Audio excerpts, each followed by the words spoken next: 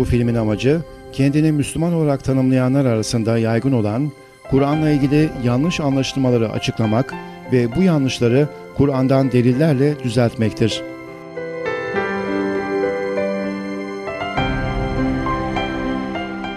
Bu yanlış kanıların kaynağında şu yatmaktadır. Günümüzde Müslümanlar kutsal görevin gereği olarak Kur'an'ı akıllarıyla analiz etmek yerine doğduklarında sahip oldukları mezhep öğretilerinin kör takipçileri olmaktadırlar.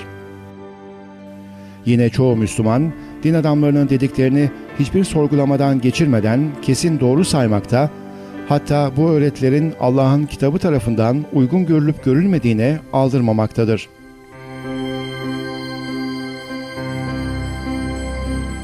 Çoğunluk tarafından benimsenen ve belli çıkarlar gereği korunan bu yanlışlar, Kur'an öğretileriyle gelen zindeliği pasifliğe çevirmekte kalmamış, Müslüman hayat tarzını tamamen değiştirmiştir. Şu an Müslüman dünyaya egemen olan pasif İslam, Kur'an tarafından sunulan dinamik İslam'la taban tabana zıttır. İslam toplumu, yüzyıllar öncesinin kültürel geleneklerini din sayarak, aslında her dönemde kolaylıkla yaşanabilecek olan İslam dinini tarihin belli bir dönemine hapsetmiştir. Ayrıca yine bu gerçek dinden kopuş döneminde tek ilaha olan inanç bozulmuş, din alanında Allah'ın yanına başka hüküm koyucular getirilmiş, böylece İslam toplumunun birlikteliği kaybolmuş, Müslüman alemi sayısız mezhep ve gruba ayrılmıştır.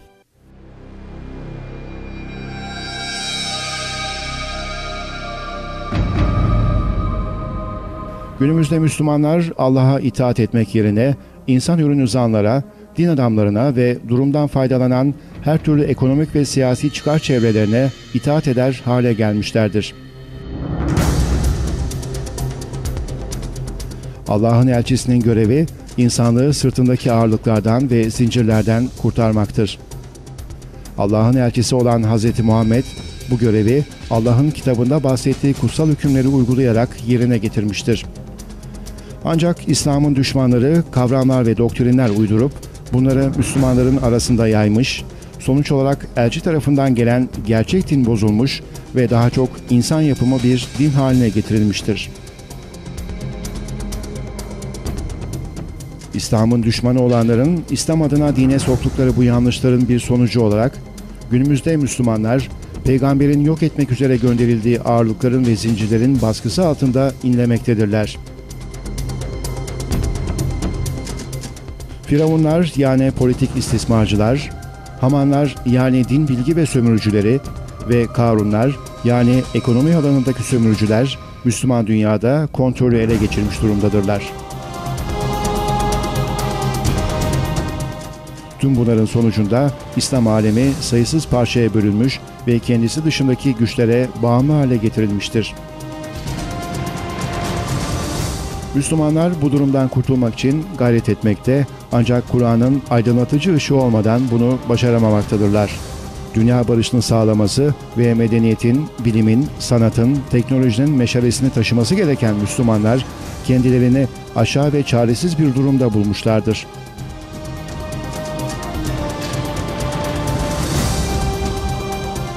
Bu kötü durumdan kurtulmanın tek yolu, birbirine sıkıca bağlı, sağlam ve doğru bir Müslüman topluluğu oluşturmaktır. Bu amaca ulaşmak için Kur'an'ın İslam'la ilgili konularda kesin otorite olduğu görüşüne sahip olmak ve onun Allah'ın yeryüzündeki eksiksiz, değişmez ve tek mesajı olduğuna inanmak gerekmektedir.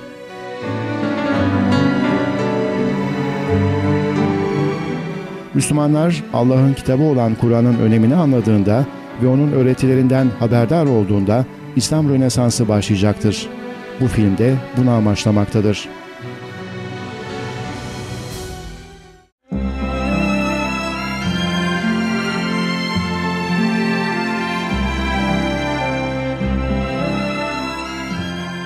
Kur'an'ın dini anlamada yeterli olduğu görüşüne karşı getirilen itirazların incelenmesi.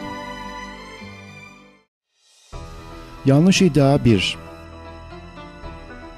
Peygamberin her söylediği vahiydir. 53. surenin 3. ve 4. ayetleri der ki, Peygamber arzusuna göre konuşmaz, söyledikleri vahyedilenden başkası değildir. Bu yüzden peygamberin hayatı boyunca söylediği her söz ve yaptığı her şey Allah'tan gelen vahiydir.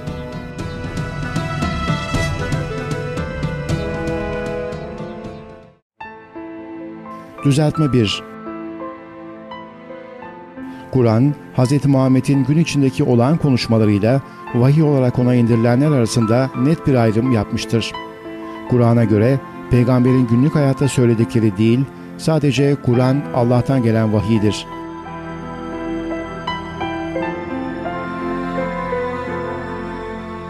Tevbe suresinde peygamber, Allah yolunda canlarıyla ve mallarıyla mücadele konusunda gönülsüz davranan münafıklar ikiyüzlüler hakkında uyarılmaktadır. Allah seni affetsin. Neden onlara izin verdiğinde beklemedin ki doğru söyleyenler sana açık seçik belli olsun da yalancıları bilesin.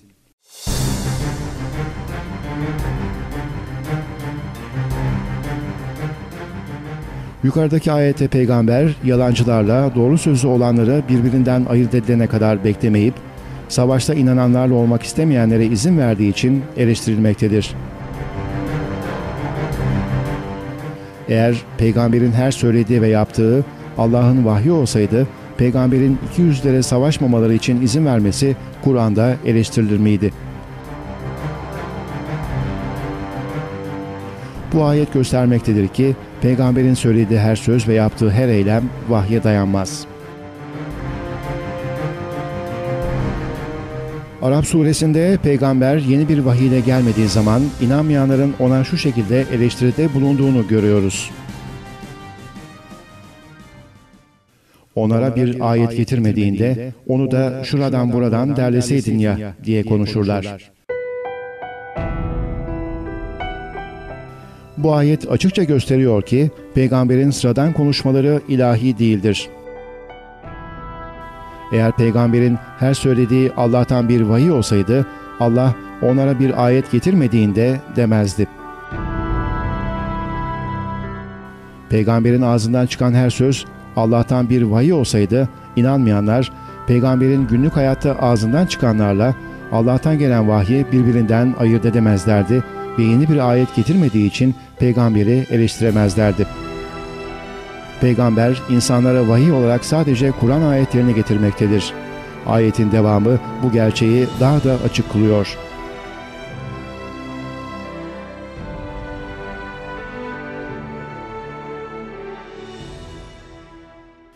De ki ben sadece Rabbimden bana vahyedilene uyuyorum. Bu Rabbinizden gelen gönül gözleridir. Doğruya kılavuzdur. İman eden bir toplum için rahmettir. Kur'an okunduğu zaman onu dinleyin ve susun ki size rahmet edilsin.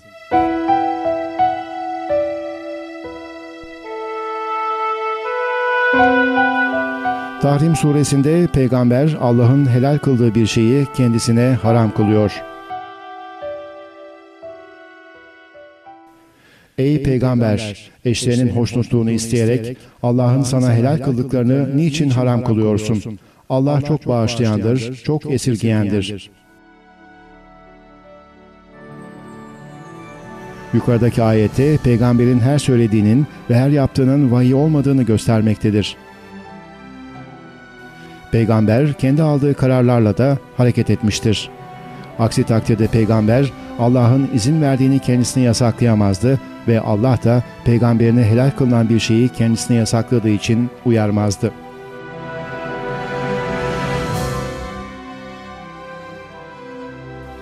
Bakara suresinde peygambere gelen vahye dikkat çekilirken, inanmayanlara Kur'an'daki surelere benzer bir sure getirmeleri konusunda meydan okunmaktadır. Eğer kulumuza indirdiklerimizden herhangi bir şüpheye düşüyorsanız, haydi onun benzeri bir sure getirin. Eğer iddianızda doğru iseniz, Allah dışındaki şahitlerinizi de çağırın.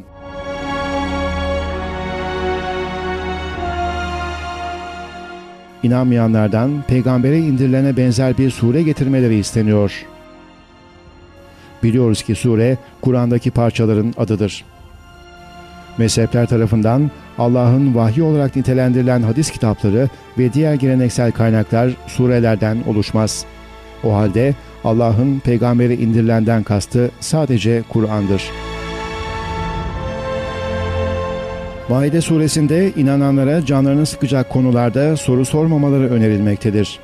Zira sorulara verilecek cevaplar beraberlerinde yeni dini yükümlülükler getirebilir. Ancak bu soruları Kur'an indirilirken sorarlarsa Kur'an onların sorularına cevap verecektir. Ey iman sahipleri! Size açıklandığında canınızı sıkacak şeylerle ilgili soru sormayın. Kur'an indirilmekteyken onları sorarsanız size açıklanır. Allah onları affetmiştir. Allah çok bağışlayıcıdır, çok yumuşak davranandır. Eğer peygamberin her söylediği vahiy olsaydı, inananlar dinle ilgili sorularının cevaplarını Kur'an'da aramak zorunda kalmazlardı. Yalnızca Kur'an indirilirken değil, her ne zaman peygambere bir soru sorsalar, ilahi bir karşılık alabilirlerdi. İnananlardan sorularının cevaplarını Kur'an'da aramalarının istenmesi gösteriyor ki, peygamberin her söylediği bir vahye dayanmaz. Tevbe suresinde 200'ler Kur'an'da indirilen her mesajdan korkan kişiler olarak gösterilir. 200'lüler kalplerinde olanı kendilerine haber verecek bir surenin tepelerine inmesinden çekinir dururlar. De ki siz alay edin. Allah o çekinip durduklarınızı ortaya çıkaracaktır. Peygamberin Kur'an dışında kalan sıradan konuşmaları 200'lerin sakladıklarını ortaya çıkarmaz ve onları korkutmazken, Kur'an'daki mesaj ilahi mesaj olduğu için işlerindekini yüzlerine vurabilmekte ve onları korkutmaktadır. Başka bir ayette ise inananların Kur'an'ın mesajını almak için sabırsızlandıkları anlatılmaktadır. İman edenler derler ki, bir sure indirilseydi olmaz mıydı? Fakat hükmü kesinleşmiş bir sure indirilip de içinde savaş da anılınca kalplerinde hastalık olanların ölüm baygınlığına tutulmuş bir bakışla sana baktıklarını görürsün. Onlara uygun olan da odur.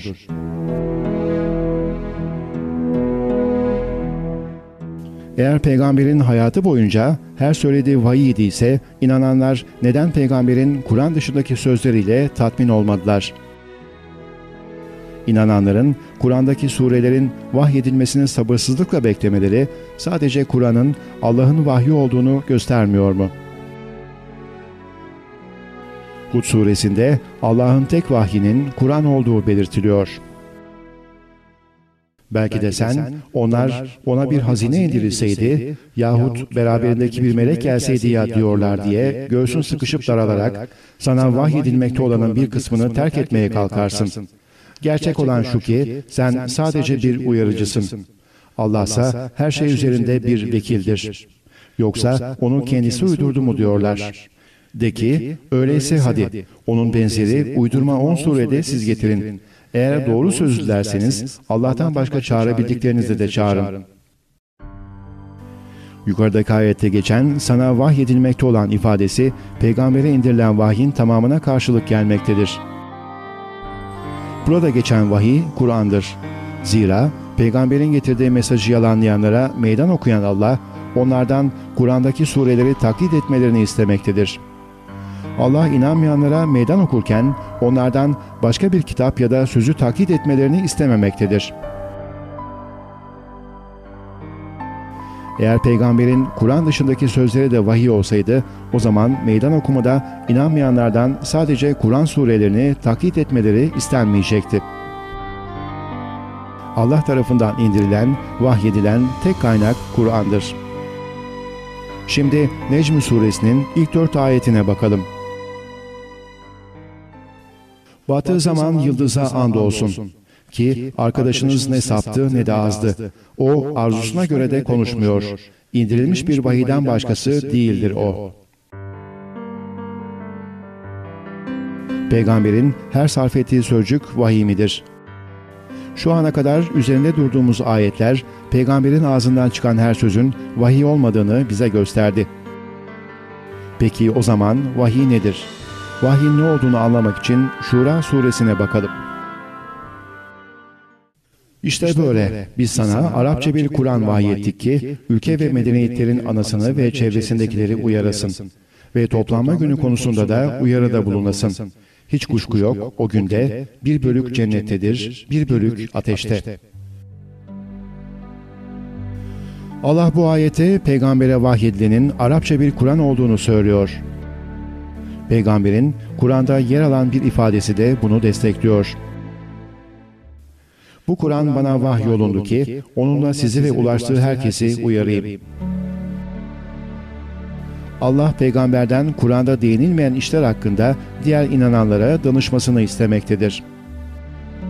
Eğer peygamberin her söylediği ve yaptığı vahye dayansaydı, Allah peygamberinden inananlara danışmasını ister miydi?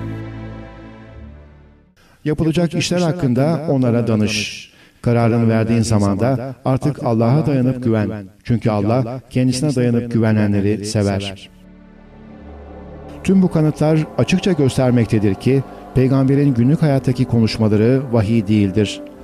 Allah tarafından peygamberimize indirilen tek mesaj Kur'an'dır. Yanlış iddia 2. Kur'an, Allah'a ve onun peygamberine itaat etmemizi istemektedir. Bu durumda Allah'a itaat etmek için Kur'an'a, peygambere itaat etmek içinse Kur'an dışındaki kaynaklara uymalıyız. Düzeltme 2. Kur'an, peygambere itaat etmemiz gerektiğini söylemekte kalmıyor. Bunun nasıl yapılacağını, peygambere indirilen ve peygamberin insanlara ilettiği ilahi mesajın ne olduğunu da anlatıyor.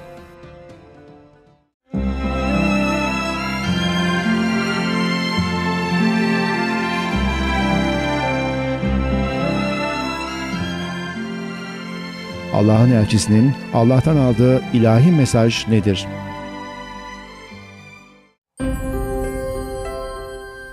Maide suresinde elçiden kendisine ulaşan kutsal vahyi yani Kur'an'ı insanlara iletmesi istenmektedir. Aksi takdirde elçinin misyonunu tamamlamamış olacağı belirtilmektedir. Ey elçi! Rabbinden sana indirileni tebliğ et. Eğer bunu yapmazsan onun elçiliğini yapmamış olursun. Allah seni insanlardan koruyacaktır. Doğrusu Allah kafirler topluluğuna rehberlik etmez. Yukarıdaki ayette Allah'ın elçisinden kendisine indirileni insanlarla paylaşması istenmektedir. Peki Allah'ın elçisine indirilen bu öğreti ve kurallar nelerdir? Biz kitabı sana her şeyin açıklayıcısı, Müslümanlara bir hidayet, bir rahmet ve bir müjde olarak indirdik. Görüldüğü gibi Allah tarafından elçisine indirilen kitap olan Kur'an, hidayet ve rehberlikle ilgili her konuda açıklama içerir. Nisa suresinde de elçiye gönderilen kutsal mesaj şöyle açıklanır. Şüphesiz insanlar arasında Allah'ın sana gösterdiği gibi hükmetmen için biz sana kitabı hak olarak indirdik. Hainlerin savunucusu olma.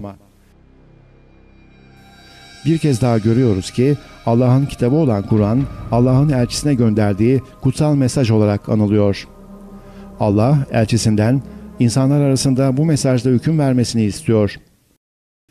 Sana da daha önceki kitabı doğrulamak ve onu korumak üzere hak olarak kitabı gönderdik. Artık aralarında Allah'ın indirdiğiyle hüküm ver. Sana gelen gerçeği bırakıp da onların arzularına uyma. Allah elçisine kitabı indirmiştir ve elçinin görevi bu kitabın yani Kur'an'ın dediklerini harfiyen uygulayıp ondan sapmamak ve insanlar arasında onunla hüküm vermektir. Ayetler, peygamberin insanları hangi öğretiyle uyardığını ve onlara neyle nasihat ettiğini daha net açıklıyor. Allah Kaf suresinde elçisine şu emirde bulunuyor. Biz onların dediklerini çok iyi biliriz. Sen onların üzerinde bir zorba değilsin. Tehdidinden korkanlara Kur'an'la öğüt ver. Görüldüğü gibi Allah peygamberden insanlara Kur'an'la öğüt vermesini istemektedir. Başka bir kitapla değil. Peygamberin ağzından da bu görev onaylanmaktadır. Peygamber, Kur'an'da geçen bir konuşmasında görevinin Kur'an'la uyarmak olduğunu anlatmaktadır. Benimle sizin aranızda Allah şahittir. Bu Kur'an bana kendisiyle sizi ve ulaştığı herkesi uyarmam için vahyolundu. Yine başka bir ayet, peygamberin insanları hangi öğretiyle uyarması gerektiğini açıklamaktadır. Ey ehli kitap! Elçimiz size geldi. Kitaptan saklamış olduklarınızın çoğunu size ayan beyan açıklıyor. Çoğundan da geçiyor. Şu bir gerçek ki size Allah'tan bir ışık ve apaçık bir kitap gelmiştir. Allah rızasına uyanları o kitapla esenlik ve barış yollarına iletir ve onları kendi izniyle karanlıklardan aydınlığa çıkarıp şaşmayan ve sapmayan dosdoğru yola kılavuzlar. Allah'ın elçisi kitap ehline, yani Hristiyan ve Yahudilere Allah'tan gelen kitapla tebliğ yapmaktadır. Kur'an bize elçinin hangi öğretiyle insanları aydınlattığını bir kez daha hatırlatıyor. Ben sadece bu şehrin Rabbine kulluk etmekle emrolundum. Orayı kutsal kılmıştır O. Her şey O'nundur. Ben Müslümanlardan, Allah'a teslim olanlardan olmakla emrolundum. Ve Kur'an okumakla emrolundum. Artık kim yola gelirse kendisi için gelir. Sapmışa gelince böylesine de ki ben uyarıcılardan biriyim. Hepsi bu. Ayet elçinin Kur'an'ı okuyacağını ve dileyenin bu rehberliği kabul edip doğru yolu bulacağını anlatıyor. Görüldüğü gibi elçiden tebliğde kullanılması istenen kaynak Kur'an'dır. Bir başka ayette Allah şöyle buyuruyor. Bu Kur'an'ı sana farz kılan elbette ki seni vaat edilen yere götürecektir. De ki hidayeti getiren de açık bir sapıklık içinde olanı da en iyi Rabbin bilir. Elçi için bağlayıcı olan öğreti Kur'an'dır. Tüm bu ayetler göstermektedir ki Allah'ın elçisi olan peygambere Allah'ın kitabı olan Kur'an indirilmiştir. Ve peygamber bu kitabı kullanarak insanlara dini anlatmakla görevlendirilmiştir. Bunu yaparken Kur'an'dan en ufak bir sapma göstermemesi konusunda uyarılmıştır. Peygamberin din alanında verdiği tüm hükümler Kur'an'a dayanmak zorundadır. Peygamber bu ayetlerden anlaşılacağı üzere dini anlatırken kendine ait hukukunu da öğretilerini değil Kur'an'ı anlatmak zorundadır. İnsanlar peygamberin kişisel fikirlerine ya da hukukuna değil Allah'ın yasasına boyun eğmelidirler. Nitekim peygamber de böyle davranmış, insanlara sadece Allah'ın kitabı olan Kur'an'ı tebliğ etmiştir. Unutulmamalıdır ki Allah'ın elçisine itaat etmek demek, Allah'ın mesajına uymak demektir. Çünkü elçi sadece Allah tarafından kendisine verileni insanlara yaymıştır. Başka bir öğretiyi değil. Zaten elçinin kelime anlamı da kendisine ait olmayan bir şeyi başkasına ileten kişidir. Elçi kendi hayatında Kur'an'ın hakkında hüküm vermediği konularda kendi fikirlerine, alışkanlıklarına ve içinde bulunduğu toplumun genel öğretilerine göre davranmış olabilir. Ancak bunlar onun bireysel tercihleridir. Dini bir anlam taşımazlar. Bu yüzden elçi insanlara bu seçimlerini aşılamaya çalışmamıştır. Allah Kur'an'da insanlardan sadece Kur'an'a uymalarını istemiştir. Aşağıdaki ayetler din adına uyulacak tek yasanın Allah'ın yasası olan Kur'an olduğunu gösteriyor. Allah dışında hiç kimse din adına hüküm koyamaz. Hüküm yalnız Allah'ındır. O hükmüne hiç kimseyi ortak etmez.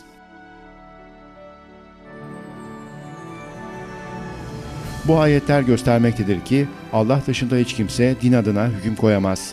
Allah'ın elçisi bile olsa insanların kişisel görüşleri dini hüküm olarak kabul edilemez.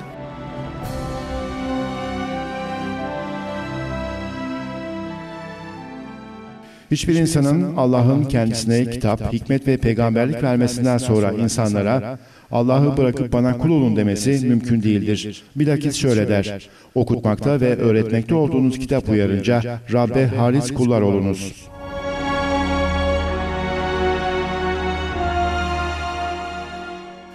Ayetin gösterdiği gibi Allah'ın elçisi olan peygambere düşen insanların onun şahsi kararlarına uymalarını istemek değildir. Peygamber insanlardan Allah'ın kitabına uymalarını ister. Allah'ın yasası evrende doğa kanunlar olarak vücut bulur. Aynı yasa insan hayatında da bulunur ve orada Allah'ın öğüt ve emirlerine dayanır. Nitekim Muhammed Peygamber, Allah'ın insan hayatı üzerindeki hükmünün ancak Allah'ın kitabı olan Kur'an'daki öğüt ve emirlerle sağlanacağını şu ayetlerde geçen ifadesiyle onaylamıştır.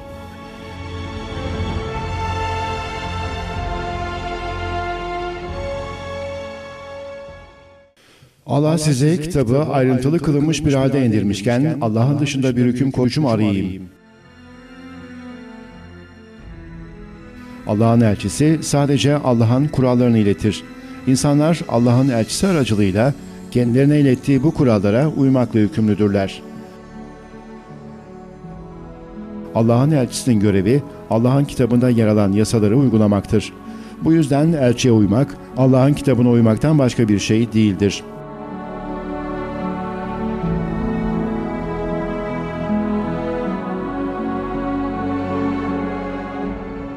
Allah'ın elçisi sadece Allah'ın mesajını iletir. İnsanlardan Allah'ın kitabı olan Kur'an dışında bir yasaya ya da kurala uymalarını istemez. Hüküm koyucu olarak yalnızca Allah'ın kitabı olan Kur'an kabul edilebilir. Aşağıdaki ayetler elçiye uymak için onunla gönderilen mesaja uymak gerektiğini anlatır. Allah'a itaat edin, elçiye itaat edin ve sakının. Eğer yüz çevirirseniz şunu bilin, bizim elçimize düşen sadece apaçık bir tebliğdir. Eğer yalanlarsanız bilin ki sizden önceki ümmetler de yalanlamıştı. Elçiye de düşen açık bir tebliğden başka şey değildir. Allah'a itaat edin, elçiye de itaat edin. Eğer yüz çevirirseniz elçimize düşen apaçık bir tebliğden başkası değildir.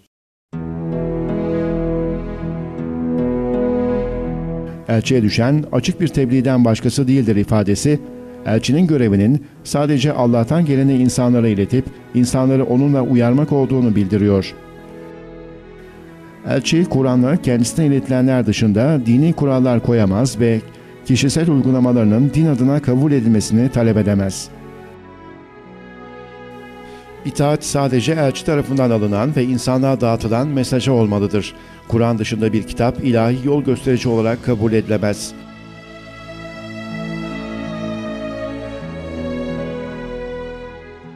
Arap suresinde inananların sadece Allah'ın kitabına uyup o kitabı takip etmeleri istenmektedir, diğer kitapları değil.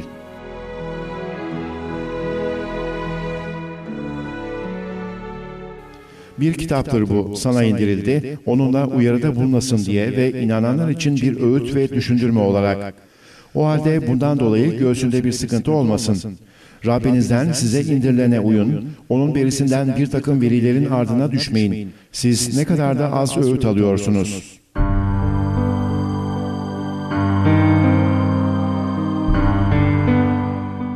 Bu ayette görülüyor ki uyulması gereken kaynak Allah'tan insanlara indirilen Kur'an'dır. Onun berisinden bir takım verilerin ardına düşmeyin ifadesi Allah'ın vahyettiği dışında hiçbir kaynağa uymamamız gerektiğini vurguluyor.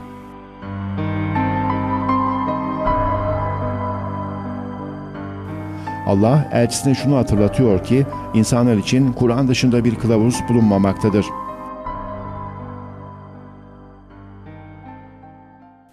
Oysa biz onlara ders alacakları kitaplar vermemiştik ve kendilerine senden önce bir uyarıcı göndermemiştik. Başka bir ayette Allah şu soruyu yöneltiyor. Müslümanlara suçlular gibi mi davranalım?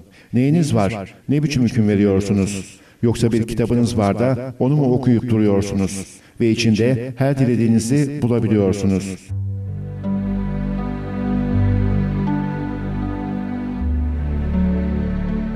Bu ayete geçen yoksa bir kitabınız var da onu mu okuyup duruyorsunuz ifadesi bize inananların din adına okuyup ders alacakları tek kitabın Kur'an olduğunu gösteriyor.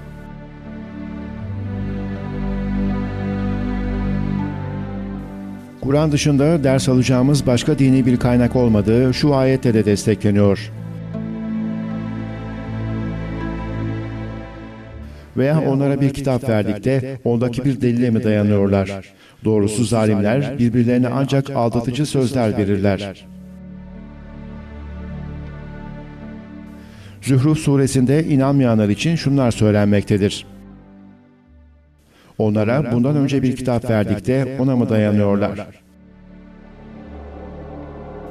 Hakka suresinde elçinin dinle ilgili sözlerinin Kur'an'dan olduğu belirtilmektedir. Aynı surede elçinin kendi dünyevi sözlerini Allah'ın sözleri gibi göstermesi durumunda bundan sorumlu tutulacağı, hatta cezalandırılacağı anlatılmaktadır.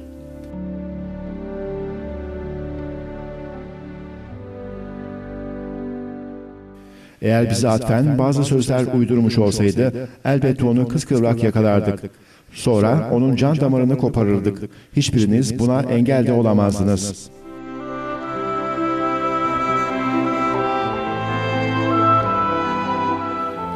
Saffat suresinde Allah inanmayanları Kur'an dışında bir kitaba uymamaları konusunda uyarıyor. Ne oluyor size? Nasıl hüküm veriyorsunuz? Hiç düşünmüyor musunuz? Yoksa sizin açık bir deliliniz mi var? Doğru sözlülerdenseniz kitabınızı getirin. Peygamber, Kur'an ayetlerine geçen ifadeleriyle Allah'tan gelen kitaplar dışında insanlara din alanında rehberlik edecek başka bir kaynak olmadığını bildirmektedir. De ki, doğru sözlüyseniz Allah katından bu ikisinden daha iyi yol gösteren bir kitap getirin, ben ona uyayım. Bu ayete geçen bu ikisinden ifadesi bir önceki ayette açıklanmaktadır.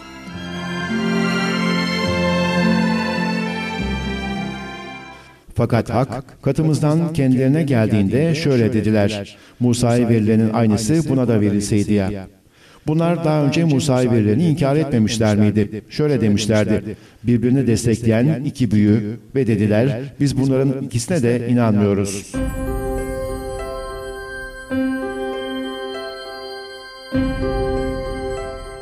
İnanmayanlar Musa peygambere ve Muhammed peygambere indirilen mesajları reddettiklerini bildirmektedirler.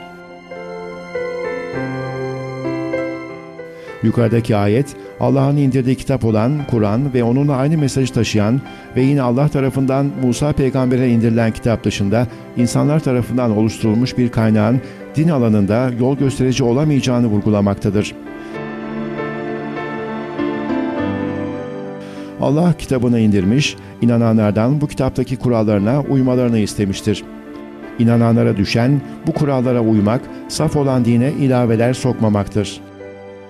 Din adına neyin doğru ve neyin yanlış olduğuna karar verecek merci Kur'an'dır. Ancak buna rağmen insanlar Kur'an'ı terk edip başka kaynaklara yönelmektedirler.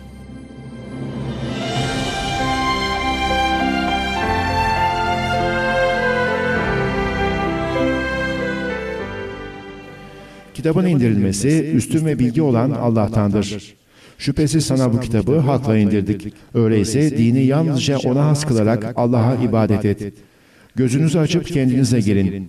Arı, duru din yalnız ve yalnız Allah'ındır. Onun yanında birilerini daha veliler edinerek biz onlara, bizi Allah'a yaklaştırmaları dışında bir şey için kulluk etmiyoruz diyenlere gelince hiç kuşkusuz Allah onlar arasında tartışıp durdukları konuyla ilgili hükmü verecektir. Şu bir gerçek ki Allah yalancı ve nankör kişiyi iyiye ve güzele kılavuzlamaz.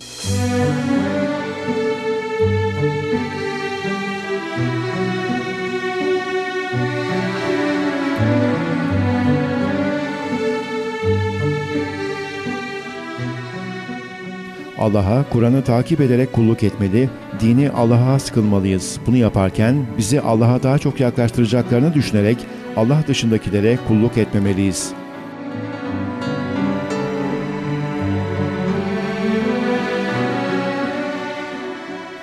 Fatır suresinde Allah vahiy olarak yine sadece Kur'an'a dikkat çekmektedir.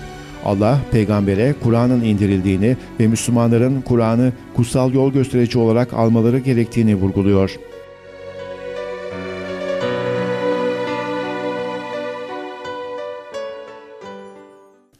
Sana vahyettiğimiz kitap, kendinden öncekini doğrulayıcı olarak gelen gerçektir. Allah kullarından haberdardır, görendir. Sonra kullarımız arasından seçtiklerimize kitaba miras çıkıldık. İşlerinden kendine zulmeden var. Orta yolda gideni var. Allah'ın izniyle hayırlarda öne geçeni var. İşte bu büyük lütfun ta kendisidir.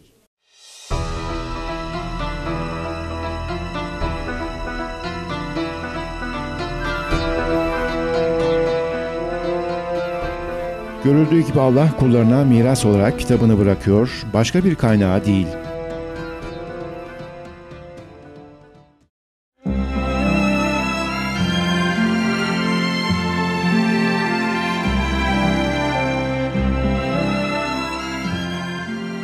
Allah'a ve elçisine uymak iki ayrı kavram değildir.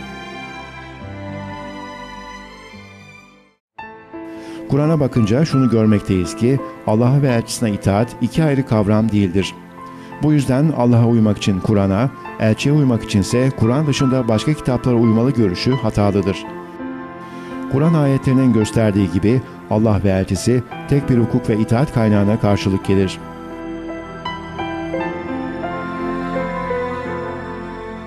Tevbe suresinde Allah, elçisi aracılığıyla müşrikler hakkında bir açıklama yapmaktadır. Bu aynı zamanda Allah ve elçisinden tüm halka büyük hac günü yayımlanmış bir duyurudur. Allah putperestlerden uzaktır, elçisi de. Tövbe ederseniz sizin için daha iyidir. Dönerseniz bilin ki siz Allah'ı aciz bırakamazsınız. İnkarcılara acı bir azabı müjdele.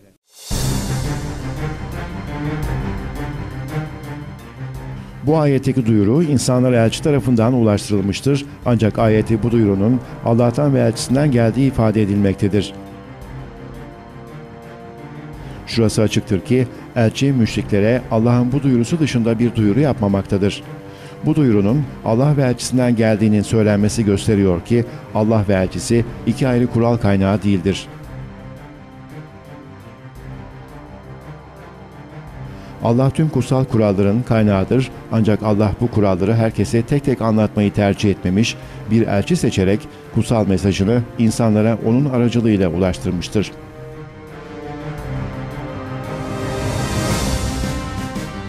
Enfal suresinde şu ifade yer almaktadır. Ey inananlar! Allah'a ve elçisine itaat edin. İşitip durduğunuz halde ondan yüzünüzü çevirmeyin.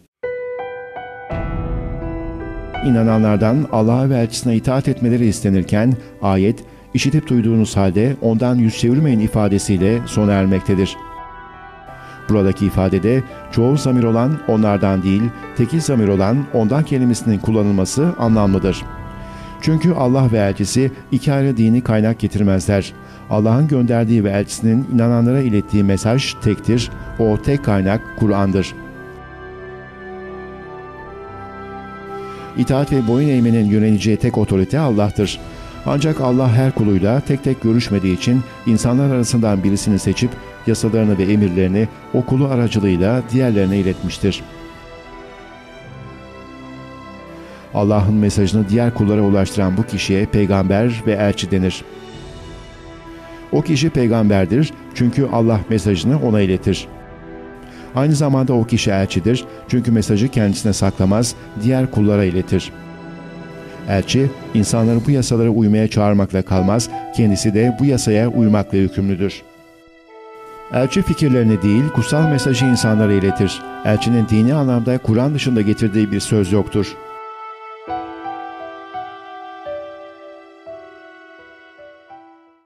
Hiç şüphesiz o çok şerefli bir elçinin sözüdür.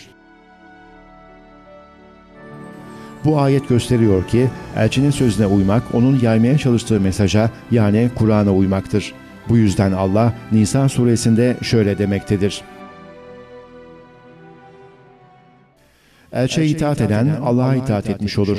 Kim yüz çevirirse çevirsin, biz seni onların üzerine bekçi göndermedik.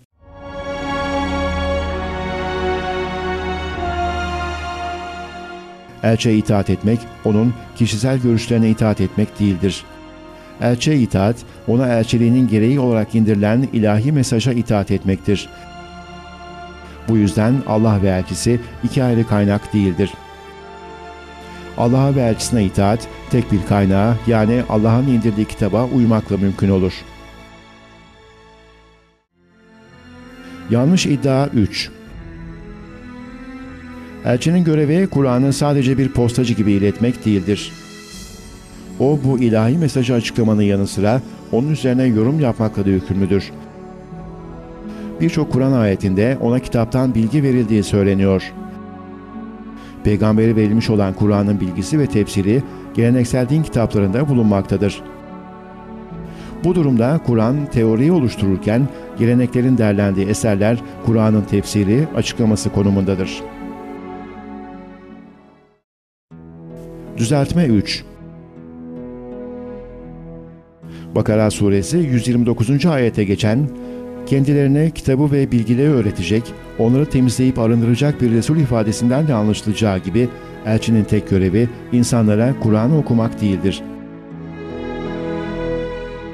Ancak bilgeliği öğrenmek için birçok farklı mezhep tarafından oluşturulmuş ve peygambere atfedilen geleneksel kitaplardan faydalanma fikri temelsizdir.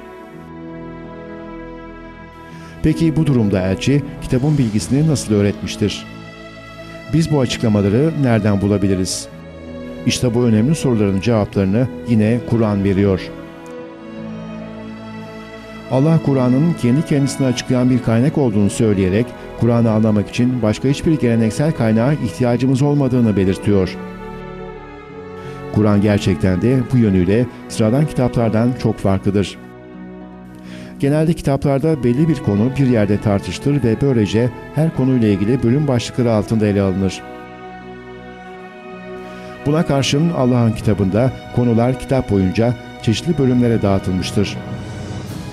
Örneğin Allah'ın kitabının boşanma konusu hakkında ne söylediğine baktığımızda 2. sure olan Bakara suresinde, 4. sure olan Nisa suresinde, 33. sure olan Ashab suresinde ve 65. sure olan Talak suresinde yer alan ayetleri incelememiz gerekmektedir. Bütün bu ayetleri bir arada incelersek, Kur'an'ın boşanma konusunda ne söylediğini öğrenebiliriz. Ve bu incelememiz sonucunda şunu görürüz ki, her ayet bir diğerini açıklamakta ve aydınlatmaktadır.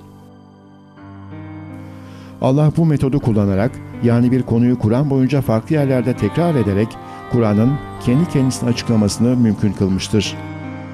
Nitekim Kur'an'ın bu özelliği ayetlerde şöyle dile getirilir. Bak iyice kavrayıp anlamaları için ayetleri nasıl çeşitli biçimlerde açıklıyoruz. Muhakkak ki biz bu Kur'an'da insanlara her türlü misali çeşitli şekillerde anlattık. Yine de insanların çoğu inkarcılıktan başkasını kabullenmediler. Allah kitabında konuları değişik yerlerde ele almış, bir yerde tamamen açıklanmamış bir konuyu başka yerde açıklamıştır. Bir ayet diğerini aydınlatmaktadır. Üstelik Allah'ın elçisi olan peygamberin de Kur'an'ı Kur'an'la açıkladığını biliyoruz. İşte biz ayetleri çeşitli biçimlerde böyle açıklıyoruz. Öyle ki sana sen ders almışsın desinler ve biz de bilen bir topluluğa onu açıkça göstermiş olalım. Peygamberin Kur'an hakkında verdiği dersler Kur'an'daki konuları aydınlatmaya yönelikti. Bu dersler yine Kur'an'a dayanıyordu. Başka bir deyişle Kur'an kendi kendisini açıklayan bir kitaptır. Bu gerçek, inanmayanların itirazlarını ortaya koyan şu ayette de açıkça görülmektedir. İnkarcılar dediler ki, Kur'an ona toptan bir kere de indirilseydi ya. Biz böyle yaptık ki, onunla senin kalbine dayanıklı kılalım. Biz onu parça parça okuduk. Onlar sana bir örnek getirdikçe, biz sana hakkı ve en güzel yorumu getiririz. Bu ayetler bizi önemli bir konuda bilgilendiriyor. İnkarcıların Kur'an neden bir defada indirilmedi sorusuna karşılık Kur'an'ın parça parça vahyedildiği anlatılmıştır. 1. Böylece elçinin kalbi güçlü kılınacaktır. Ayetlerde geçen biz böyle yaptık ki onunla senin kalbine dayanıklı kılalım. Biz onu parça parça okuduk ifadesi bu durumu doğrulamaktadır.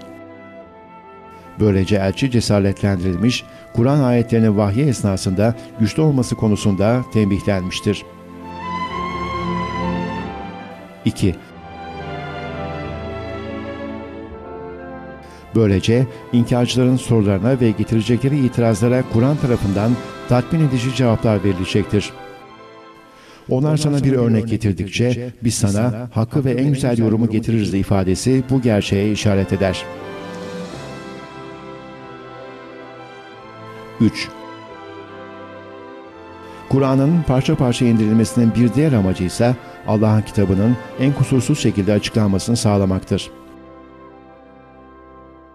Onlar sana bir örnek getirdikçe biz sana hakkı ve en güzel yorumu getiririz cümlesi bu gerçeğe işaret eder. Böylece Allah ayetlerinin açıklanması için başka ayetler indirmiştir. Allah'ın kitabının yorumlanması için geleneksel kitaplara ihtiyaç yoktur. Allah Kur'an'ın bu özelliği sayesinde elçisine kitabını açıklamış, elçi de Kur'an'dan öğrendiklerini diğer insanlarla paylaşmıştır. Peygamber Kur'an'ı açıklamak için başka bir kitap kullanmadığı gibi ümmetine de başka bir kitap bırakmamıştır. Çünkü Kur'an'ın açıklaması yine Kur'an'ın içindedir. Allah'ın kitabında bir konunun çeşitli yerlerde ele alınarak açıklandığını söylemiştik. Bununla beraber Kur'an'ın mesajını anlayabilmek için Kur'an üzerine derin düşünmek ve kafa yormak gerekmektedir. Öğrenme ve araştırma becerilerini kullananlar için Kur'an'ın mesajı netleşecektir.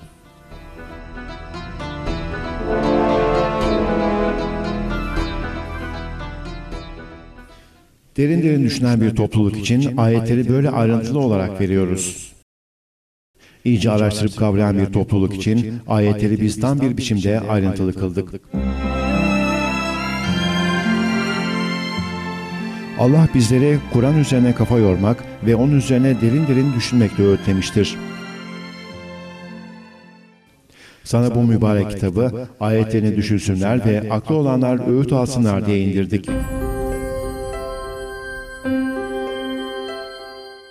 Görüldüğü gibi Kur'an üzerine derin derin düşünme görevi tüm nesillere verilmiştir. İnsanlar ilahi kılavuz olan Kur'an'ın ışığında yaşadıkları dönemin sorunlarına çözüm aramalıdırlar. Kur'an'ın anlamı bir konudaki ayetlerin çeşitli surelerde tekrarlanmasıyla açıklanacak, bir yandan da insanlar Allah'ın istediği gibi akıllarını ve entelektüel birikimlerini Kur'an'ı anlamak için kullanacaklardır. Takip eden ayetler bu durumu daha da açıklıyor. Bak anlasınlar diye ayetlerimizi nasıl açıklıyoruz? Bak delilleri nasıl açıklıyoruz? Onlar hala yüz çeviriyorlar.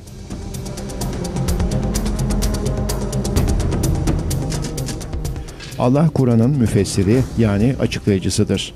Ve daha önce de belirttiğimiz gibi bir ayetin açıklaması konuyla ilgili başka ayetlerin vahyiyle gerçekleşmiştir. Bu yüzden Allah Kur'an'da şöyle buyurur. Çok merhametli. O öğretti Kur'an'ı. Allah Kur'an'ı indirmek, tamamlamak ve korumakla kalmamış, onu açıklamıştır da.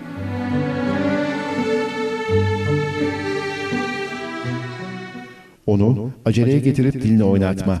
Onu toplamakta, okutmakta bize düşer. O halde biz onu okuduğumuzda sen onun okunuşunu izle. Sonra onu açıklamakta bizim işimiz olacaktır.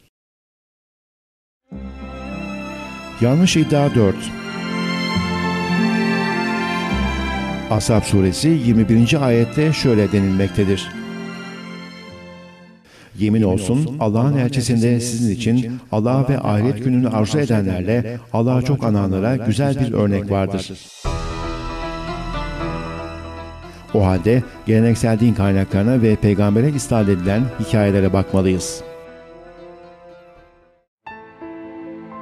Düzeltme 4.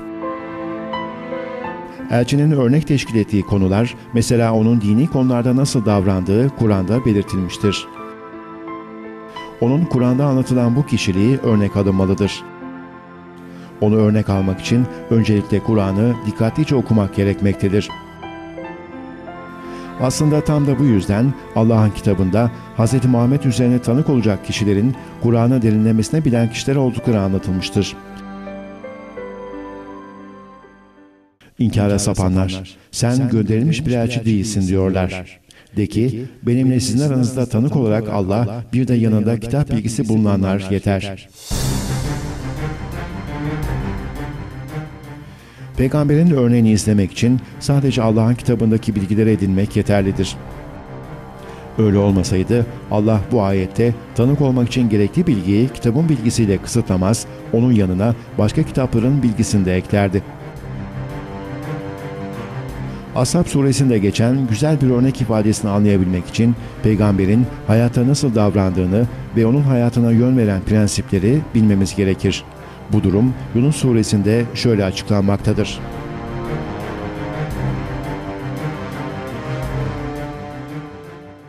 Ben sadece bana vahyolunana uyuyorum. Rabbime isyan edersem büyük bir günün azabından korkuya düşerim.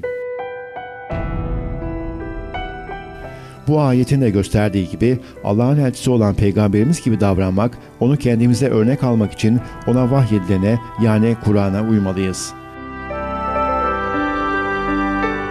Çünkü Allah'ın elçisi de kendisine sadece Kur'an'ı rehber edinmiştir. Biz de peygamberimizi kendimize örnek almak istiyorsak hayatımızı Kur'an'a göre düzenlemeliyiz. Mümtehine suresinde Allah, İbrahim peygamber ve beraberindekiler de bizler için güzel bir örnek olduğundan bahseder. İbrahim ve onunla birlikte olanlarda sizin için güzel bir örnek vardır.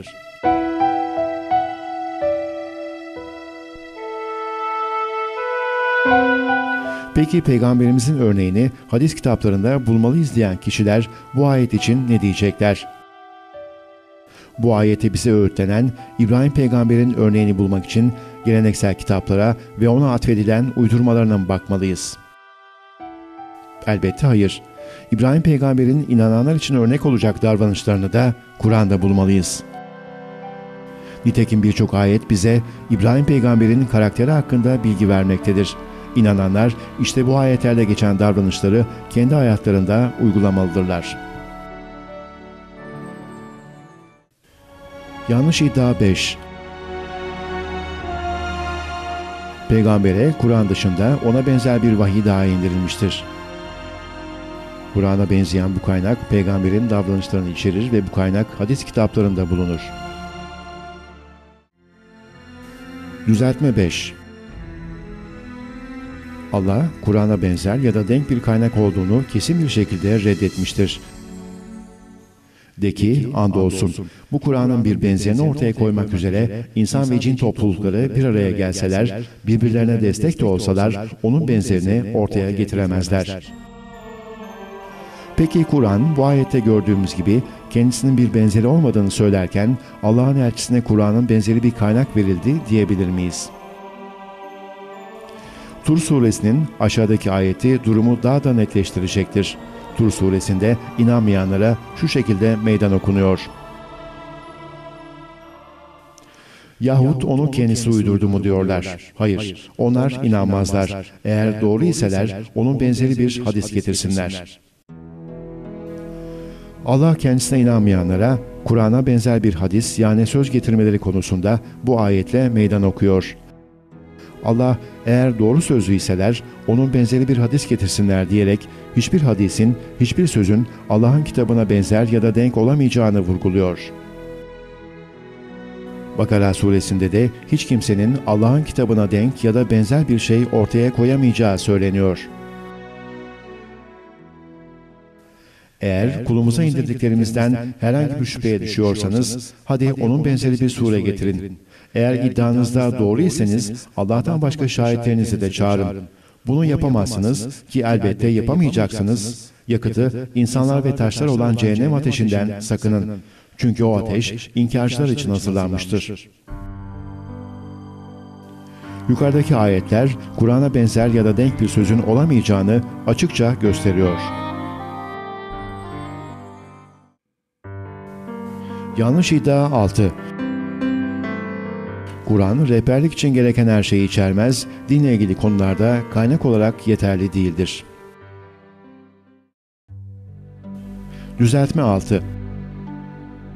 Şimdi ayetlere bakarak Allah'ın Kur'an'ı kullarına rehberlik için yeterli bir kaynak olarak yaratıp yaratmadığını inceleyelim.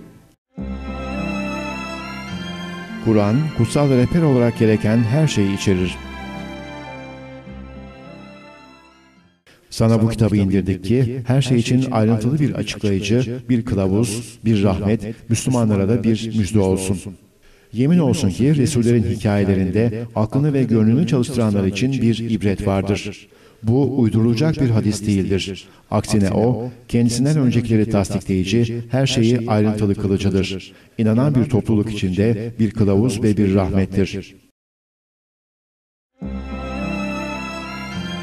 Kur'an tam bir hayat kılavuzu içerir.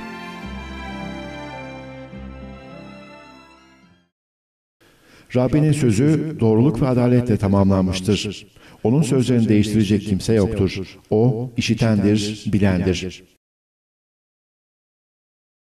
Biz kitapta hiçbir şeyi noksan bırakmadık.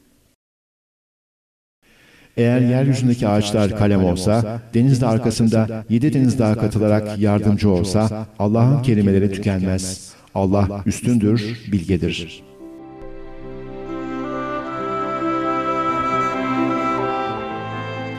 Kur'an eksik bir kitap değildir.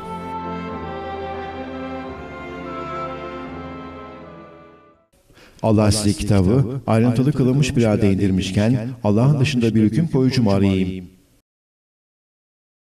Bilgiyle donanmış bir toplum için ayetleri Arapça bir Kur'an halinde ayrıntılı kılınmış bir kitaptır bu. Biz öğüt alacak bir kavim için ayetleri ayrıntılı olarak açıkladık.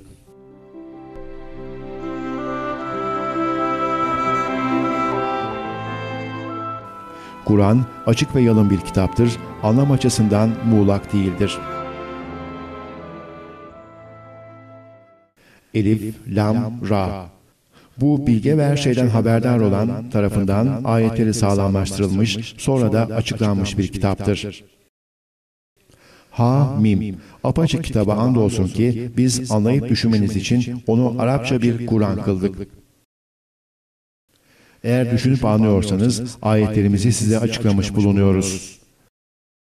Andolsun biz Kur'an'ı öğüt alınsın diye kolaylaştırdık. Öğüt alan yok mu?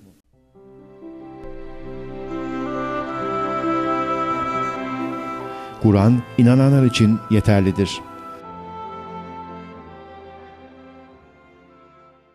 Karşılarında okunup duran bir kitabı sana edilmiş olmamız onlara yetmiyor mu? Bunda inanan bir toplum için elbette ki bir rahmet ve bir öğüt vardır.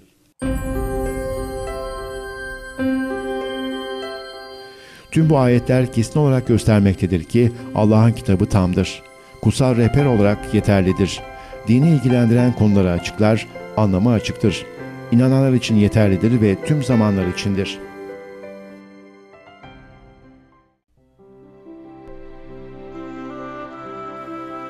Kur'an tüm zamanlar için indirilmiştir.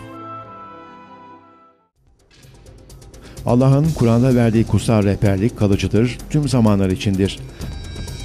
Ancak ayrıntısı verilmeyen konularda Kur'an'daki değişmez kanunlar göz önünde bulundurularak düzenlemelere gitmek gerekebilir. İnsanların koyduğu bu kanunlar, Kur'an'da getirilen kanunlar gibi değildir. Zamanın ve mekanın gerektirdiği şartlara göre değişim gösterebilir. Kur'an'ın hükümleri ise zaman ve mekana göre değişmez. Rabbinin sözü doğruluk ve adaletle tamamlanmıştır. Onun sözlerini değiştirecek kimse yoktur. O, işitendir, bilendir. Yanlış iddia 7. Haşr suresinde şöyle buyurulmaktadır. Elçi size ne verdiyse onu alın. Sizi neden alıkoyduysa ondan da sakının. O halde geleneklerin ve hadis külliyatının bize öğreti olarak verdiklerini kabul etmeli, bizden yasakladıklarından kaçınmalıyız. Ayrıca Nisa suresi 65. ayette belirtildiği gibi insanlar Allah'ın elçisinin aralarındaki anlaşmazlıklarda hakem kabul etmedikçe ve onun kararlarına içten bir şekilde uymadıkça inanmış sayılmayacaklardır. Bu ayette geleneksel kitapların ve hadis kitaplarının önemini vurguluyor. Düzeltme 7. İlk olarak şu bilinmelidir ki, geleneksel din savunucularının sık sık başvurdukları Haşr suresindeki ayetin bu parçası içeriğinden koparılarak verilmektedir. İçeriği anlamak için Haşr suresindeki o ayetlere bakalım. Allah'ın o ülkelerin halklarından elçisine ganimet bıraktığı şeyler Allah'ın ve elçisinindir. Yani akrabalara, yetimlere, yoksullara ve yolda kalmışlara verilmelidir ki zenginlerinizin arasında tekelleşmesin. Elçinin size verdiğini alın, ancak onun size vermediğinden uzak durun. Allah'ı dinleyin. Allah'ın cezalandırması çetindir. Söz edilen o mallar göçmen yoksullar içindir. Onlar ki yurtlarından çıkarılıp mallarından yoksun bırakılmışlardır. Allah'tan bir lütuf ve bir hoşnutluk peşindedirler. Allah'a ve elçisine yardım ederler. İşte onlardır, özü sözü doğru olanlar. Elçi size ne verdiyse onu alın.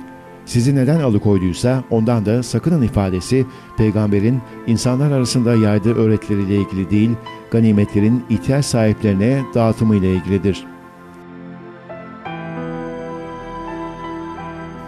Dahası burada geçen ve genel bağlamından kopartılan ifade, peygamberin insanlar arasında yaydığı öğretilere işaret etseydi dahi, bu ifadeden hadisleri anlamak mümkün olmazdı. Kur'an, peygamberin insanlar arasında yaydığı öğretilerin neler olduğu ve peygamberin insanları nelerden alıkoyduğu konusunda gayet nettir. Peygamber, insanlara kutsal öğreti olarak sadece Kur'an'ı yaymaktadır. Biz onların neler söylediklerini çok iyi biliyoruz. Sen onların üzerine bir zorba değilsin. O halde benim tehdidimden korkanlara Kur'an'la öğüt ver. Allah size kitabı ayrıntılı kılınmış bir halde indirmişken Allah'ın dışında bir hüküm koruyucu mu arayayım? Bu Kur'an bana vahyolundu ki onunla sizi ve ulaştığı herkesi uyarayım. Peygamber bize kutsal öğreti olarak Kur'an'ı verirken Allah'ın kitabından başka rehber edinmememiz hususunda bizi uyarmıştır. De ki, doğru sözlüyseniz Allah katından bu ikisinden daha iyi yol gösteren bir kitap getirin, ben ona uyayım. Oysa biz onlara ders alacakları kitaplar vermemiştik ve kendilerine senden önce bir uyarıcı göndermemiştik. Tüm bu ayetler şu gerçekleri ortaya çıkarmıştır. İlk olarak Haşr suresi 7. ayette kullanılan ifade bağlamından koparılarak kullanılmıştır. Ganimetlerin paylaşılması ile ilgili olan bu ifade, peygamberin yaydığı öğretilerle ilgili gibi gösterilmiştir. İkinci olarak, bu ayetin peygamberin genel öğretileriyle ilgili olduğunu varsaysak da, Kur'an, peygamberin insanlara hangi kutsal öğretileri verdiği ve onları hangilerinden alıkoyduğu konusunda açıktır. Şimdi Nisa suresindeki ayete bakalım. Hayır, Rabbine yemin olsun ki iş onların sandığı gibi değil. Onlar aralarında çıkan karmaşık işlerde seni hakem yapıp verdiğin hükümle ilgili olarak işlerinde hiçbir burukluk duymadan tam bir teslimiyete ulaşmadıkça iman etmiş olamazlar. Bu ayette insanların anlaşmazlıklarında elçi aralarında hakem yapmaları ve onun kararlarına tam olarak uymaları gerektiği söylenmekte. Peki elçi insanlar arasında nasıl hakemlik yapacaktır? Kendi kişisel fikri doğrultusunda mı karar verecektir? Kur'an bize bu sorunun cevabını da vermektedir. Sen de aralarında Allah'ın indirdiğiyle hükmet. Onların keyiflerine uyma. Dikkat et de Allah'ın sana indirdiğinin bir kısmından seni uzaklaştırıp fitneye düşürmesinler. Eğer yüz çevirirlerse bil ki Allah onları bazı günahları yüzünden belaya çarptırmak istiyor. Zaten insanların birçokları doğru yoldan iyice sapmış bulunuyorlar. Elçi insanlar arasında hakemlik görevini yürütüyordu. Bunu yaparken kişisel değer yargılarına ve fikirlerine göre değil, Kur'an'a göre hüküm veriyordu. Nahl suresindeki 64. ayet bu konuyu daha da aydınlatmaktadır. Bu kitabı sana yalnız şunun için indirdik. Hakkında ayrılığa düştükleri şeyi onlara iyice açıklayasın ve kitap iman eden bir topluluk için kılavuz ve rahmet olsun.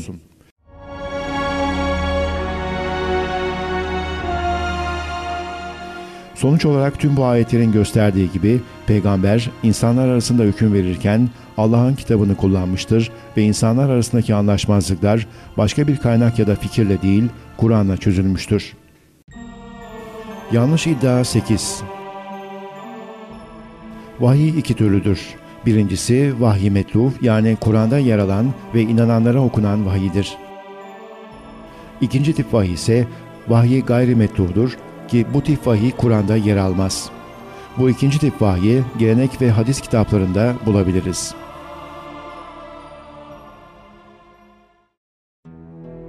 Düzeltme 8. Daha önce gösterdiğimiz kanıtlar ortaya koymuştur ki Allah'ın Hz. Muhammed'e gönderdiği tek vahiy Kur'an'dır. Kur'an, vahyolunan tek kaynaktır ve inananlara okunmuştur. Aşağıdaki ayetler, vahyin inananlara okunan ve okunmayan olmak üzere iki tür olduğu iddiasını çürütmektedir. Ra'd suresinde Allah'ın elçi göndermekteki amacının elçinin kendisine indirilene inananlara okuması olduğunu görüyoruz. Bu ayet gösteriyor ki vahiy sadece okunmak içindir. Böylecesini kendilerinden önce nice ümmetlerin gelip geçtiği bir ümmete gönderdik ki sana vahyettiğimizi onlara okuyasın. Onlar Rahman'ı inkar ediyorlar. De ki o benim Rabbimdir. Ondan başka Tanrı yoktur. Ona güvendim ve dönüş sadece O'nadır. Bu ayette geçen sana vahyettiğimizi onlara okuyasın ifadesi açıkça ortaya koymaktadır ki vahyin tek türü vahiy metludur, yani okunan vahiydir. Fatır suresinde vahyin Allah'ın kitabında sunulduğu ve kesin gerçeği içerdiği belirtiliyor. Kitaptan sana vahyettiğimiz kendinden öncekinin doğrulayıcı olarak gelen gerçektir. Allah kullarından tam haberdardır, onları iyice görmektedir. Elçinin görevi kendisine vahyedileni insanlara okumaktır. Rabbinin kitabından sana vahyedileni oku, onun kelimelerini değiştirebilecek yoktur, ondan başka bir sığınakta bulamazsın. Ve elçi Allah'ın kitabında bulunan vahiy ile insanları uyarmıştır. Bu Kur'an bana kendisiyle sizi ve ulaştığı herkesi uyarmam için vahyolundu. De ki ben sizi ancak vahiy ile uyarıyorum. Ama sağırlar uyarıldıklarında çağrıyı işitmezler ki. Kur'an ayetlerinin açıkça ortaya koyduğu gibi vahiy sadece okunan türdedir.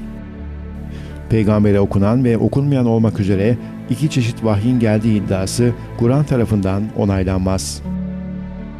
Hükümde, rehberlikte, öğüt de sadece o kitaptadır. Allah size kitabı ayrıntılı kılınmış bir halde indirmişken Allah'ın dışında bir hüküm koyucu mu arayayım? Yanlış iddia 9. Kur'an'ı anlamak için esbab-ı nüzulü bilmeliyiz. Çünkü bir ayetin neden ve nasıl bir tarihsel arka planla vahyedildiği konusunda bilgilenmeden Kur'an'ı anlayamayız. Düzeltme 9. Kur'an, uyarıları ve emirleri sadece belli bir zaman ve mekana hitap eden bir kitap değildir. Kur'an, her dönemde uygulanması gereken değişmez prensipler verir. Kur'an'ın açıklanması için belli bir dönemle ilgili tarihsel rivayetlere ihtiyaç olduğunu iddia etmek, Kur'an'ı belli bir döneme hapsetmek ve onu varsayımlara bağlamaktır. Oysa Allah, Kur'an'ı herkes için bir öğüt ve insanlara kılavuz olarak niteleyerek bu görüşe karşı çıkmaktadır. Kur'an, ayetlerin de gösterdiği gibi tüm insanlar için her yerde ve zamanda toplumun inşası veya yeniden inşası için gerekli kutsal prensipleri sunar. İnsanlığın olduğu her yerde Kur'an'ın kutsal değerleri geçerlidir. Bu değerler kalıcı, sürekli ve değişmezdir. Zamanın ve mekanın şartlarına göre değişiklik göstermez. Kur'an'ın bu değişmez hükümleri geçmişte ne kadar uygulanabilirse şimdi de o kadar uygulanabilir. Kur'an'da anlatılanlar, hatta geçmiş kavimler ve elçiler hakkında anlatılanlar bile tarihi hikayeler olarak sunulmamaktadır. Bu tarihsel anlatılar bize bazı prensipleri öğretir. Bize düşen görev, tüm Kur'an'ı bir rehber ve içinde yaşadığımız zaman için bir ışık olarak düşünmek, günümüz sorunlarının çözümlerini bu kutsal uyarı ve emirlerde aramaktır. Geçmişte yaşandığı iddia edilen tarihsel rivayetleri araştırmaya çalışıp Allah'ın kitabını bu rivayetlere tabi kılmak büyük bir hatadır. Yusuf suresinde bu konu hakkında bir hatırlatma yapılmaktadır. Yemin olsun ki onların hikayelerinde aklını ve gönlünü çalıştıranlar için bir ibret vardır. Bu Kur'an uydurulacak bir hadis değildir. Aksine o, kendisinden öncekileri tasdikleyici, her şeyi ayrıntılı kılıcıdır. İnanan bir topluluk içinde bir kılavuz ve bir rahmettir. Hud suresinde de benzer bir hatırlatma vardır. Elçilerin haberlerinden kendisiyle kalbini destekleyip sağlamlaştıracağımız her şeyi sana anlatıyoruz. Bunun için de sana gerçek gelmiştir. Bunda inananlar için bir öğüt ve hatırlatma da vardır. Görüldüğü gibi Kur'an'da geçmiş nesiller ve elçiler hakkında verilen tüm örnekler tarihsel hikaye oldukları için değil, insanlara kutsal rehber oldukları ve ahlaki dersler verdikleri için indirilmiştir. Allah bir yandan kitabının tüm zamanlar için bir rehber olduğunu ve her dönemde uygulanabilir olduğunu belirtirken, bir yandan da bazı insanların Kur'an'ı belli bir zamanla kısıtlı göreceklerini ve onun günümüzde anlaşılamayacağını iddia edeceklerini söylemektedir. Hiç kuşkusuz Allah, onların sakladıklarını da açığa vurduklarını da biliyor. Hiç kuşkusuz O, büyüklük taslayanları sevmiyor. Onlara Rabbiniz ne indirdi dendiğinde şöyle dediler: öncekilerin masallarını.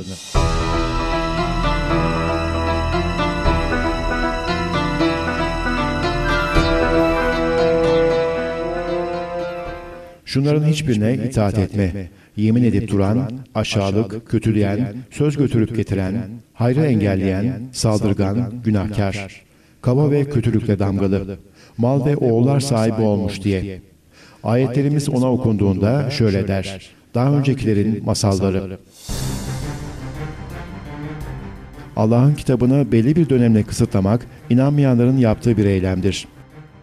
Dahası esbab-ı nüzul, yani vahyin iniş nedeni ve ayetlerin indirilmesiyle ilişkilendirilen tarihsel arka plan bilinmeden Kur'an'ın anlaşılamayacağını iddia edenler bizi şu konuda bilgilendirmelidirler.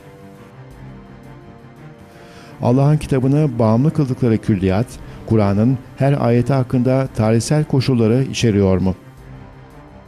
Bu konuda tek bir tutarlı bilgi seti mevcut mu?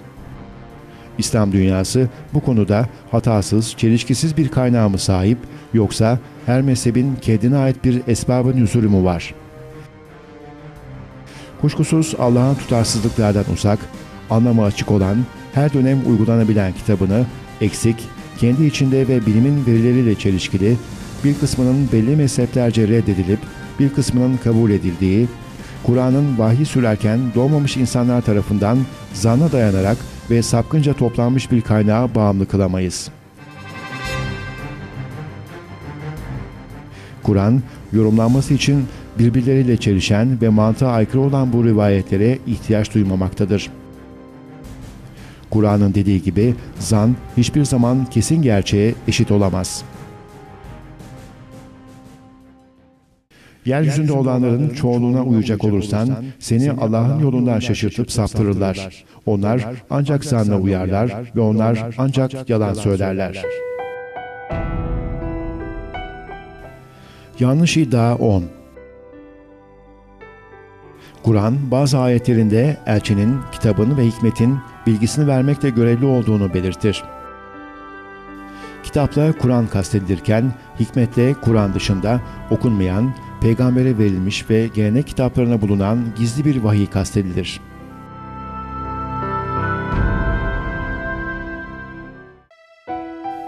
Düzeltme 10. Daha önce de belirttiğimiz gibi, Kur'an bir kavram verdiği zaman onu havada bırakmaz, açıklar. Bazı Kur'an ayetlerinde Allah'ın elçisinin, kitabın ve hikmetin bilgisini vermekle görevli olduğu söylenir. İşte bu noktada Kur'an bizlere kitabın ve hikmetin ne olduğunu açıklamaktadır. Rabbimiz işlerinden onlara senin ayetlerini okuyacak, kendilerine kitabı ve hikmeti öğretecek, onları temizleyip arındıracak bir elçi gönder. Sen, Evet sen, yücesin, bilgesin. Elçinin kitabı ve bilgeliği vermekle görevli olduğu söyleniyor. Kitapla kastedilenin Kur'an olduğunu ayetler göstermektedir. Elif, lam, mim. İşte sana o kitap. Kuşku yok onda. Bir kılavuzdur o, sakınanlar için. Rabbinin kitabından sana vahyedileni oku. Onun kelimelerini değiştirebilecek yoktur. Ondan başka bir sığınakta bulamazsın. Ancak gelenekselciler, hikmet yani bilgelikle kastedilenin kitap dışında bir kaynak olduğunu ve bu kaynağın elçiye indirilen başka bir tür vahiy olduğunu iddia etmektedirler. Onlara göre hikmet olarak tanımlanan, okunmayan bu gizli vahiy Kur'an'da yer almaz. Bu kişilerin iddiasına göre hikmet olarak tanımlanan vahiy ancak onların mezhepleri tarafından onaylanmış geleneksel kaynaklarda yer alır. Ne var ki geleneksel kaynakları hikmet yani bilgelik olarak tanımlamak çok hatalıdır. Zira Kur'an kendisinden hikmet olarak bahsetmektedir. Kur'an'daki kutsal değerleri sıraladıktan sonra Allah şöyle buyurmaktadır. İşte bunlar Rabbinin sana vahyettiği hikmetlerdir. Allah'la birlikte başka ilah edinme. Sonra kınanmış ve uzaklaştırılmış olarak cehenneme atılırsın. Bu ayet Kur'an'ın kendisinin hikmet olduğunu göstermektedir. Hikmet yani bilgelik Allah'ın kitabının niteliklerinden birisidir. Kamer suresinde bu gerçek tekrar edilmiştir. Andolsun onlara kötülüklerini engelleyecek nice önemli haberler gelmiştir. Bu büyük bir hikmettir. Fakat uyarılar yarar sağlamıyor. Son olarak hikmetin Kur'an dışında okunmayan bir vahye karşılık geldiğini iddia edenlerin yanıldıklarını ayetle göstermektedir. Ayet, hikmetin okunan bir vahiy olduğunu anlatıyor. Ayette peygamberin eşlerine şu hatırlatma yapılıyor. Evlerinizde Allah'ın ayetlerinden ve hikmetten okunanları hatırlayın. Kuşkusuz Allah latiftir, haberdardır. Ayet açıkça ortaya koymaktadır ki hikmet de okunmaktadır. Dolayısıyla bu ayet hikmetin okunmayan bir vahiy türü olduğu iddiasını geçersiz kılmaktadır. Yanlış iddia 11. Din adamları, imamlar, mollalar ve benzerleri dinin muhafızlarıdır. Kutsal mesajın yorumlanmasında onları yegane otorite olarak görmeli ve alçak gönüllü bir tavırla bize verdikleri bilgileri almalıyız. Din adamlarının doğruladığı hiçbir şeye karşı gelmemeliyiz çünkü onlar Allah'ın elçilerinin soylarından gelmektedirler.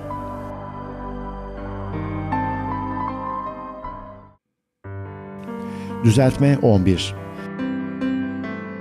Dünyadaki inançların hemen hepsi din adamlarını dinin muhafızları olarak görürken, Kur'an bu yaygın görüşü reddeder, din adamlarının aslında Allah'ın indirdiği dinin gerçek düşmanları olabileceğini belirtir ve din adamlarının dine zarar verebileceğine dikkatlerimizi çeker. Tevbe suresinde Allah şöyle buyurmaktadır. Ey iman edenler! Gerçek şu ki, Yahudi ve Hristiyan din adamlarının çoğu, insanların mallarını haksızlıkla yerler ve Allah'ın yolundan alıkoyarlar. Altını ve gümüşü biriktirip de Allah yolunda harcamayanlar, onlara acı bir azabı müjdele. Allah, Yahudi ve Hristiyan din adamlarının hatalarından bahsederek, Müslümanları aynı yanlışlara düşmemeleri konusunda uyarmıştır. Tüm bu uyarılara rağmen birçok Müslüman din adamı kurallar icat edip bu kuralları Allah'a dayandırarak insanları Allah'ın kitabında tarif ettiği doğru yolundan alıkoyar. Ayrıca bu kişiler takipçilerine kendilerine ne öğretilirse sorgulamadan kabul etmeleri konusunda eğitim verirler. Böylece takipçilerin akıl etme yetenekleri kör edecek, bu kişiler din adamları tarafından uydurulmuş öğretilerin kutsal doğru olduğuna inandırılacaklardır. Kur'an bu konudaki rahatsızlığı şöyle dile getirmektedir. Kendi elleriyle bir kitap yazıp sonra onu az bir bedel karşılığında satmak için bu Allah katındandır diyenlere yazıklar olsun. Elleriyle yazdıklarından ötürü vay haline onların ve kazandıklarından ötürü vay haline onların. Şura suresinde şeriat yasaları uydurup bunları Allah ve elçisine isnat edenlerden bahsedilmektedir. Yoksa onların dinden Allah'ın izin vermediği şeyi kendileri için yasalaştıran ortakları mı var? Kesin ayrıma ilişkin söz olmasaydı aralarında hüküm mutlaka verilirdi. O zalimler var ya, onlar için acıklı bir azap öngörülmüştür.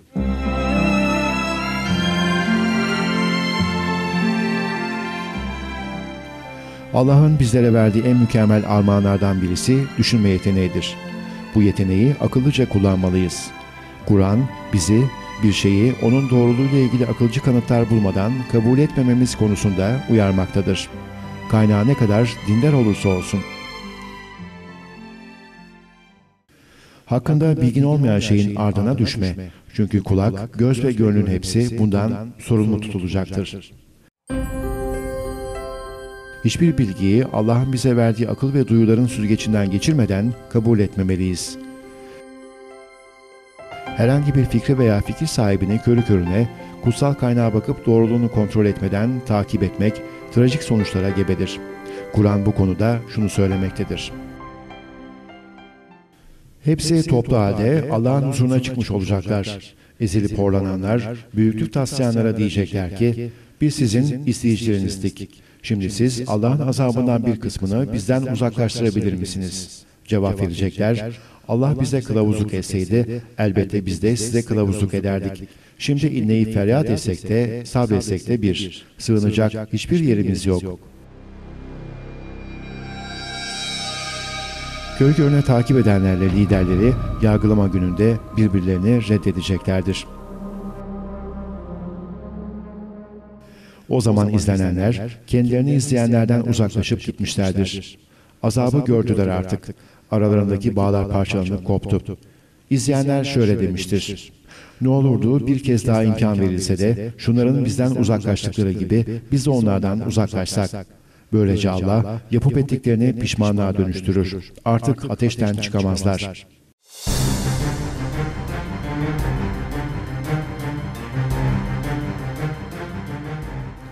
Dini liderlerimizin ve kutsal saydığımız kişilerin öğretilerini Kur'an'dan onay almadan takip edersek, hesap gününde ne diyeceğimiz yine Kur'an'da açıklanmaktadır.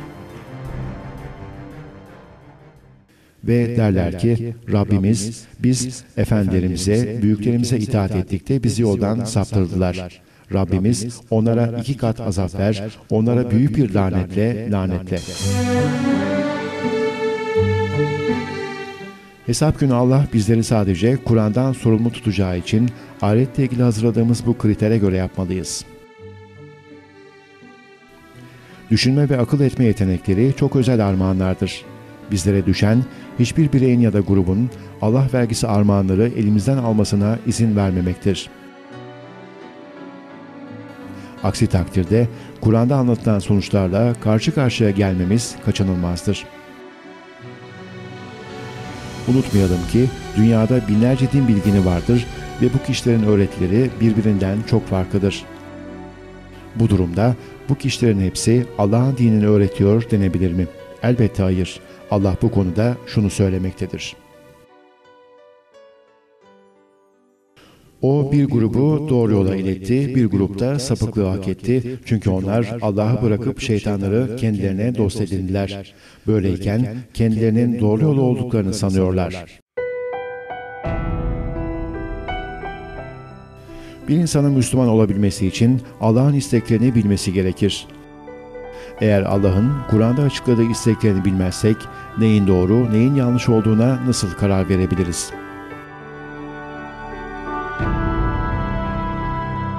İnsanlar akıllarını ve duyularını Kur'an'ın mesajını anlamakta kullanmazlarsa Allah'ın değil, başkalarının arzu ve isteklerini yerine getireceklerdir. İşte bu yüzden Kur'an, dinde ruhban sınıfının olmadığını ve Allah'ın mesajıyla insanlar arasında bir aracının yer almaması gerektiğini belirtmiştir. Kutsal mesaj üzerine düşünme emri sadece belli bir grup insana verilmemiştir. Allah hepimizden kitabı üzerine düşünmemizi ve rehberliği onda aramamızı istemiştir.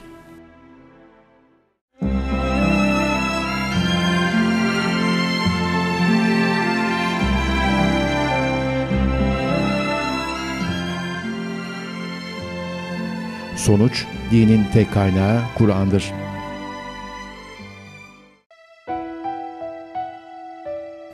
Din adına tek hüküm koyucu Allah'tır. Allah mesajlarını insanlığa Kur'an vasıtasıyla eksiksiz, çelişkisiz, ayrıntılı, tam ve açık bir şekilde göndermiştir. Bu ise Kur'an ayetlerince belirtilen hususları belirleyip, Kur'an'ın anlattığı şekilde İslam'ı kabul etmek, Allah dışında hiçbir kimsenin hüküm koyucu olarak kabul edilmemesi demektir. Bu yüzden yaklaşımımız Allah dışında mutlak dini hükümler, ilan edilenlerin tamamının bu geçersiz yetkilerinin ellerinden alınıp, dinin tek sahibi Allah'a hiç kimseyi onun hükmüne ortak etmeden yönelmek demektir.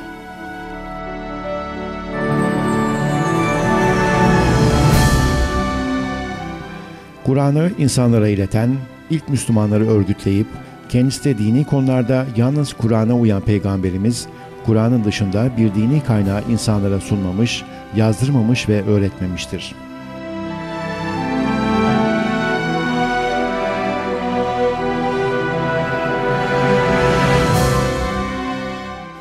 Peygamberin söylemiş olduğu iddia edilen bir söz veya bir yorum Kur'an'la çelişir, dine ilave veya eksiltme yaparsa, bu söz veya yorum hem dine hem de peygambere iftiradır.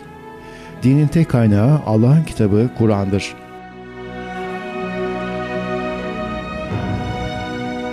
Bu filmdeki fikirlerimiz de ancak Kur'an'a uyduğu ölçüde doğrudur. Bu film, İslam'ı Kur'an dışılıktan kurtarmaya çalışan, geleneğin, taklidin, kelle sayısına itibar edilmesini ve hurafelerin akıllara vurduğu zincirleri kırmayı amaçlayan bir çalışmadır.